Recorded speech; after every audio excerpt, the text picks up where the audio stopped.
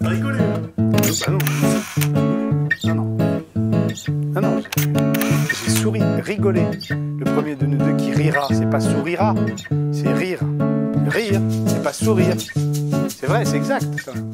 Ce qui m'intéresse aujourd'hui, c'est d'aider l'entreprise à devenir une entreprise de demain. Mais dès aujourd'hui. Ce qui m'intéresse, c'est d'aider une entreprise à devenir source d'épanouissement pour elle-même, pour ses dirigeants et évidemment pour ses salariés.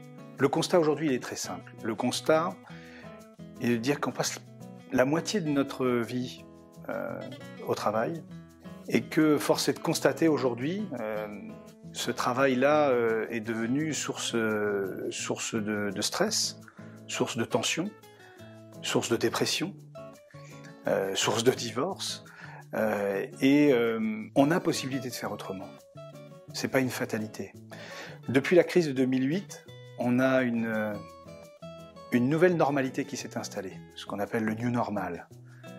Ce new normal, c'est de dire que l'instabilité, l'impermanence des choses, l'imprévu, c'est devenu la norme du quotidien. Donc, soit on reste dans les anciens paradigmes et on considère donc que ça reste un imprévu, mais comme c'est en permanence au quotidien, on s'épuise, et donc c'est ce qui arrive à une situation compliquée. Soit, à un moment donné, on inverse la tendance et on choisit un autre mode de fonctionnement pour notre entreprise.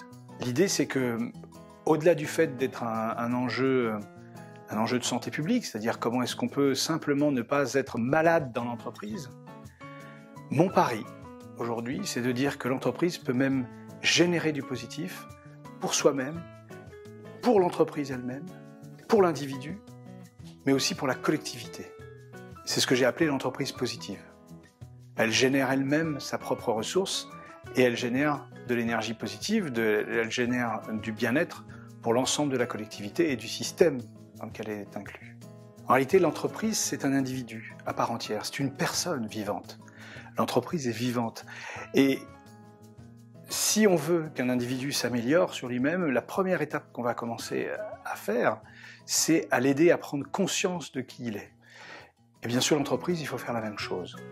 L'aider à prendre conscience de qui elle est, d'où elle vient, de ce qu'elle a vécu, de ce dont elle est consciente et de ce dont elle n'est pas consciente. Et donc de l'aider à pouvoir accepter ce passé pour mieux vivre son présent, ici et maintenant, mais également, et c'est ça qui est important, de pouvoir se projeter dans l'avenir. On ne peut pas savoir où on va si on ne sait pas d'où on vient. Ça, c'est un élément fondamental.